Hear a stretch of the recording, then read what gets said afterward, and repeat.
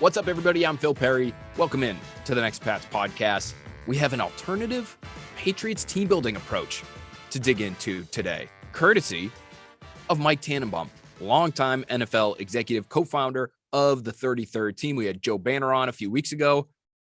Again, part of that 33rd team group that they have there that's doing great work over on that website. But Mike Tannenbaum, longtime NFL exec, worked under Bill Belichick as a player personnel assistant back in 1995, was with Bill Belichick with the Jets in the late 90s. He was general manager of the Jets, held a number of different positions for the Jets, also executive vice president of football ops for the Dolphins. And great to get his perspective on how to build this thing up. Again, because he is somebody who has spent time with Bill Belichick. He is part of the Belichick tree to a degree.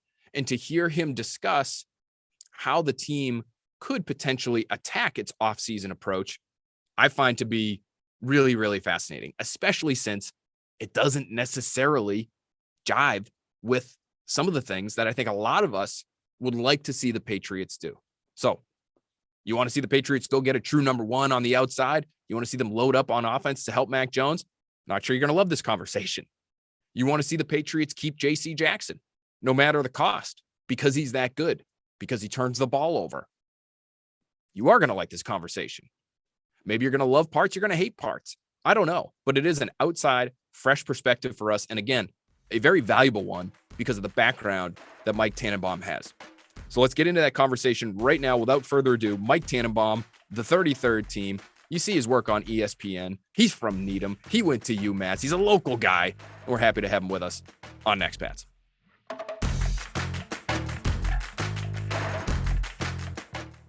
All right, very excited now to have Needham's own, UMass's own, Mike Tannenbaum, longtime NFL executive, co-founder of the 33rd team, the33rdteam.com. We've mentioned that website before many times on this podcast.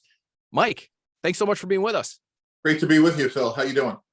Doing great. This is a really fun time of year. Now the Super Bowl is in our rear view.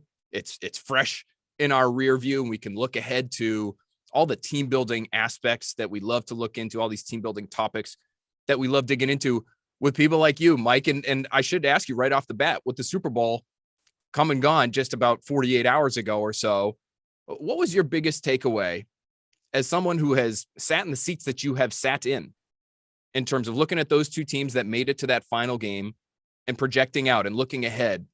Is there something that you as a team builder take away from that game moving forward and say to yourself, teams across the league have to do this to make sure that they're getting into that final game? Yeah, Phil, great to be with you. Look, if Cincinnati had an average line or even like a below average line, they would be Super Bowl champions. You know, you can't get sacked 19 times in 4 games and still come out on top. It's just, it's hard to do. And they have a great team in a lot of spots, but, show me a good offensive line and I'll show you a good team. And to their credit, they got as far as they did, but they really need to address that offensive line. When you look at it, does it have to be the type of thing with that offensive line? Does it have to be the type of thing where you need a highly paid left tackle to be a very good football team in this league? Or is it one of those sort of chain link systems where as long as you don't have one incredibly weak link, you should be okay there? Yeah, I would say, there used to be more of a sort of like division between the left tackle, who was sort of like great feet and a good athlete. The right side was a little bit more of the power side. So, for years, guys like New England, like Matt Light was more of a classic left tackle. The Sebastian Vollmers were more of the classic right tackle. Trent Brown, more of a right tackle. But the way the game is now, where everything is spread and gun, it's really about, can you effectuate pass blocking for 2 to 3 seconds? And if you can do that, you can play in the league. Now, with that said, some teams do emphasize a little bit more of the bigger power zone gap schemes, like, where you can still try to run downhill some of those hardball runs, but more and more the league is going to that outside zone space, passing the ball. So, I think there's much more of a premium on athleticism and footwork than there was even 5-7 years ago. The receiver position and how that thing has evolved is interesting as well. And especially when we're looking at this Patriots offense, Mike, and the system that they've had here for a long time, which you know very well, the things that they value might be a little bit different than the things that other teams and other offenses and other schemes value. Why is that position one that, in your opinion, can be really difficult to scout and to project coming from the college game to the pro game? Because the Patriots have had some difficulty as far as that one goes. Where do you think New Orleans had their difficulties? Well, the N'Keal Harry pick is the one that stands out. It feels like that big X receiver, I think it's something that they would like to have. They just haven't really nailed it. Yeah, because I think in some ways, they've done a great job of developing others, so, and I know there's a lot been about their second round receivers, but to me, it's really about, scheme fit. And again, like when we say receiver now, it's not even a one size fits all approach, because N'Keal Harry is going to play, Jacoby Myers, they're going to move him around a little bit more. You want a big physical guy who can win one-on-one outside to the extent you can, because that's going to draw coverage. That should hopefully bring another safety out of the box where they got to play over the top. And look, I liked N'Keal Harry too. I thought he was Anquan Bolden coming out. Now, he doesn't have the great elite speed. That's what our game is, and that's what our game will pay. Jamar Chase, for example, you just go back to last year's draft, Jalen Waddle, those are the guys that are going to be the premium guys. So I think if you say there's a flaw in Harry's game, you would say it's speed, like creating separation, because he is a little bit of a build-up speed guy. He's not quick twitch, but he is big, physical, and tough. So that to me is you really need to have a great understanding of how they project into your offense. And look, New England's got a lot more decisions right in the draft than they haven't. No doubt. You don't have the kind of success that they've had over the years without drafting really well, especially in spurts. And it looks like last year's draft was a great one. Mac Jones and Christian Barmore and Ramondre Stevenson. And Stevenson is somebody who's going to be one of these guys that run game is founded on. And the Patriots, because their offense is the way it is, Mike, it just feels like we here in New England are all looking at it and saying, man, if they could just get a big play guy down the field at that receiver position, and that opens things up for the run game. Maybe defenses have to play them a different way because they have that threat on the outside or down the field. Do you look at it similarly, or to you, can they get by with, say, Nelson Aguilar playing that spot that we're talking about? Yeah, I think you can find explosive plays in your offense in other places. Kansas City is a great example. Look, Tyreek Hill is a great home run hitter, but they get explosives from Travis Kelce, obviously, and their running game, and their quick game, and their screen game. So I think you can find explosive plays in your offense beyond the receiver position. Now, with that said, yeah, would every team want a game changer? Absolutely. But you can. That's really what you want your offense to be, though. Ways to generate big explosive plays. And look, I'm not saying he's Travis Kelce, but someone like Hunter Henry is a really good player at the tight end position that can make chunk plays between the numbers. And I think he's a foundational piece. Aguilar, he's been good. I don't know if he's elite. I don't know if he's consistent. And certainly they could add another receiver there for sure. Mike, I want to ask you sort of big picture. It looks like in the coming years, we're going to have another cap explosion. The cap, outside of this COVID impacted year that they've had, it's just so steadily increasing year after year after year. How do you think that will change when it eventually does explode? The way the league does business, will we see more creative contracts? Maybe even this offseason, people pushing money out because they're anticipating this cap explosion. The reason I ask is because the Patriots are, unlike last year, it looks like they're going to be down towards the bottom of the league in terms of available cap space going into this offseason. So they may have to get creative, because some of the positions that we're talking about them maybe looking into, receiver, corner, tackle, those tend to be pretty expensive spots. So is there something that you're anticipating coming down the pike here this offseason in terms of how teams are handling their finances, just based on the fact that they know they're going to have more cap room to play with in the next couple of years?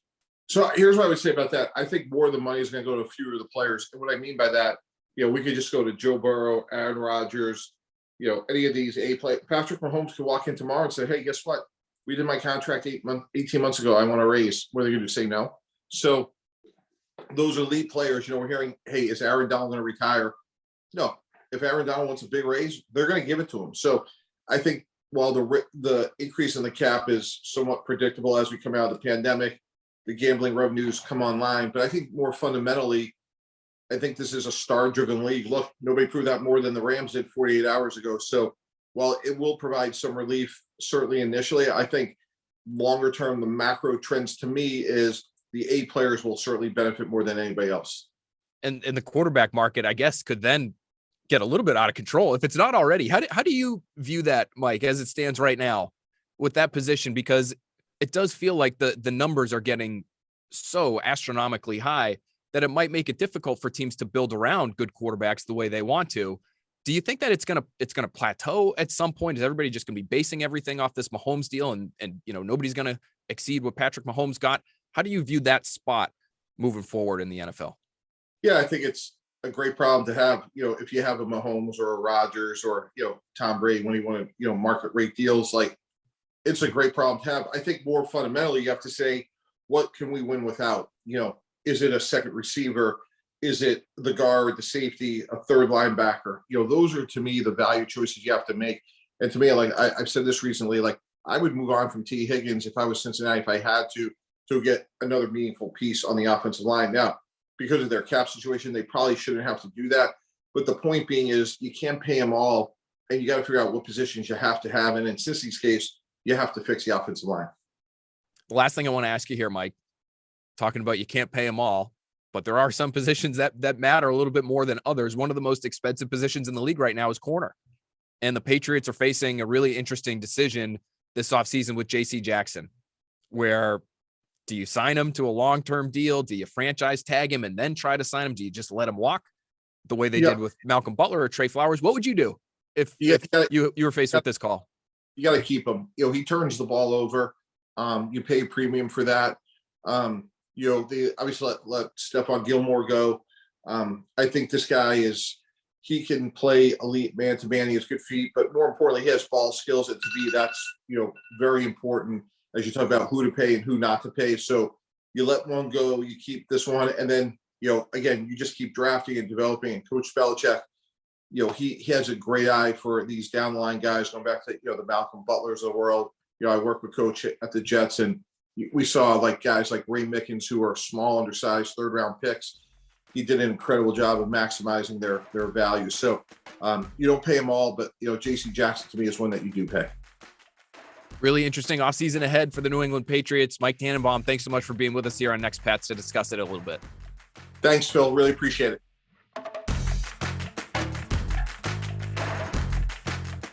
There you have it. There's Mike Tannenbaum. He had places to be. The alarm's going off. The guy is a mover and a shaker. You know who else is a mover and a shaker? It's J.C. Jackson, and he knows it. He knows he is the top corner on the market this offseason, one of the most highly paid positions across the NFL. Is he going to break into that Jalen Ramsey territory? $20 plus million a year? Or does he even just bump right up against that? Is that where the Patriots want to be? Can they prevent him from getting to the open market? I don't think so, unless they give him the franchise tag, and maybe that's what they decide to do. Is it J.C. Jackson gets tagged? They try to work out a long-term deal. They work out that long-term deal. Maybe they can bump that cap number down in 2022 when they need a little bit of space, and they can push some numbers out toward the future when, again, every team across the NFL is going to have more money to play with because the money flowing into the league via some of these TV deals is going to be so significant. Maybe that's how they play it.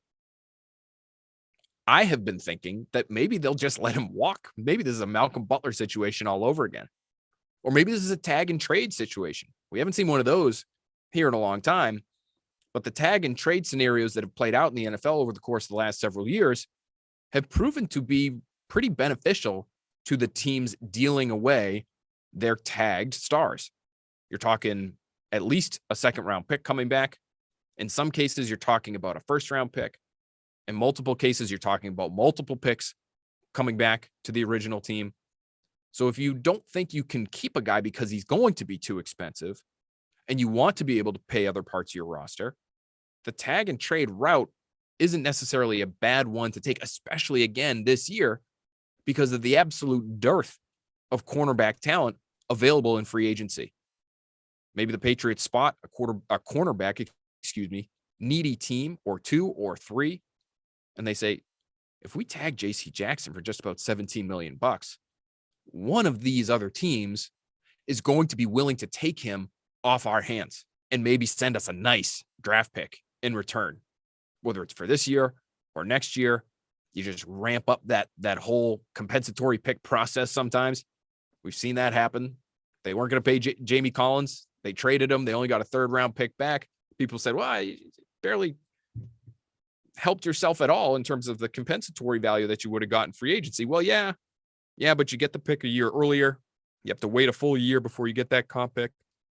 You're not always guaranteed to get a comp pick because we know that's based on free agents lost and gained. So if you want that comp pick, you can't go out and sign a bunch of free agents because then that might cancel out your comp pick. You might not get anything for a guy that you're going to lose. So there are a variety of different routes to take, but I just find the J.C. Jackson contract to be the most interesting decision facing the Patriots this offseason. It's a lot of money. It's a lot of money to tag him. It's a lot of money to tag him and then sign him to a long-term deal. It's a lot of money to let him get to free agency and then maybe try to get him back somehow. J.C. Jackson likes it here. I can tell you that with confidence. He likes it here in New England. He likes Bill Belichick, especially this year. My understanding is Bill Belichick was laid back, man. Ted Johnson, give him credit for the Chill Bill slogan, which he's been using the last few years here. But I've spoken to players that feel like he enjoyed himself this year. Bill Belichick did. I think it's a new challenge. I think working with a young team, a new team, reinvigorated Bill Belichick, maybe to a degree. I think he had fun this year. And I think it helped his players have fun. Of course, they didn't want to end the season the way they did. That wasn't fun for them. But J.C. Jackson is among those who has enjoyed his time here, especially recently. Likes the coaching staff, likes his teammates. Does that mean he's going to be willing to give the Patriots a little bit of a discount when it comes to the negotiating table? And what gets said there? I don't think so. Again, I mentioned this on the last podcast, but my understanding is J.C. Jackson was offered a contract last season, mid-season. That contract offer was rebuffed. And so here they are now. Not a whole lot in the way of negotiation lately, is my understanding. And so we'll see. Deadline spur action. And so I wouldn't anticipate long-term contract negotiations to get kicked back up again because if you're J.C. Jackson at this point, I wouldn't say what's the point, but kind of what's the point? You've already made it to free agency. The Patriots are either going to tag you and then try to sign you, or they're going to let you walk. Either way, you have to do all you can. If you're J.C. Jackson and his representatives, you have to do all you can to figure out what's out there for you on the open market. And the next few weeks will be big for that. The combine starts March 1st through March 7th. We know, even though that's well before the league year officially begins, there are all kinds of conversations happening between agents and teams, agents and players, teams and players, teams making their intentions known, players finding out what their value is. Doesn't all happen during the legal tampering period a couple days before the start of free agency, a couple days before the official start of the league new year. We know that. So we'll see what J.C. Jackson's value is to the Patriots. But if that's what the Patriots do, that is a big first domino to fall. If you pay J.C. Jackson, you ain't paying a big name receiver to go live on the outside for Mac Jones. So my Hollywood script offseason for the Patriots that we put out last week, where they had Allen Robinson coming to them via free agency, well, that's out the window in all likelihood if they end up signing J.C. Jackson. And it sounded like Mike Tannenbaum, based on his understanding of this offense and how you can find explosive plays elsewhere, even investing an early draft pick in a receiver might not be the way to go. Maybe in the first round. This, I think, is sort of what our conversation would lead me to believe. Maybe the best route, according to Mike, would be to go with the offensive line early in the draft. You don't have a starting right tackle now unless it's Mike Owenu. Trent Brown scheduled to hit free agency. Ted Karras is scheduled to be a free agent. Isaiah Wynn is in the last year of his contract. They picked up that fifth-year option, so he's got $10 million guaranteed coming his way. So he might not be going anywhere this year, but next year, do they want to keep him? They want to lock him up to a long-term, highly paid extension? That's a hard one for me to believe right now that they would be comfortable doing that. Maybe he has a tremendous year next year. But right now, investing in that tackle position seems like a pretty good idea because you might have 2 new tackles in 2023 compared to the 2 guys that you played in 2021. So maybe Mike Tannenbaum's onto something. It's just a little bit of an alternative approach. That's what we want to provide you all on this podcast. Other ways of thinking, different avenues to take. It's all about strategy this time of year, team building strategy. That's why it's one of my favorite times of the entire NFL calendar. That's why I'm fired up for the draft.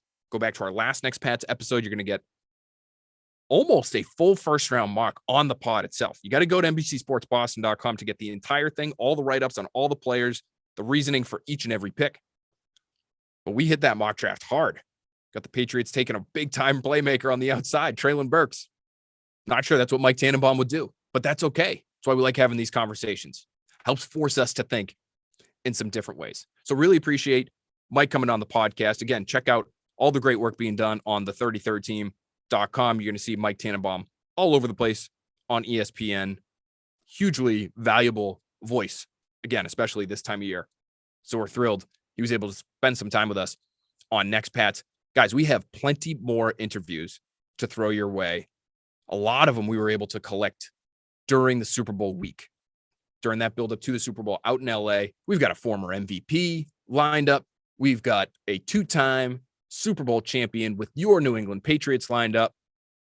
We have a former Mac Jones teammate, current NFL stud receiver lined up. So long story short, a lot of content for your ear holes. We really appreciate you guys tuning in to this week's episode with Tannenbaum, to Monday's episode with Jay Glazer. Go back and check that one out if you haven't already. And make sure, please, make sure you're keeping an eye out for all the future Next Pats content we have coming your way. Thanks again for checking this out, guys. We'll talk to you very soon.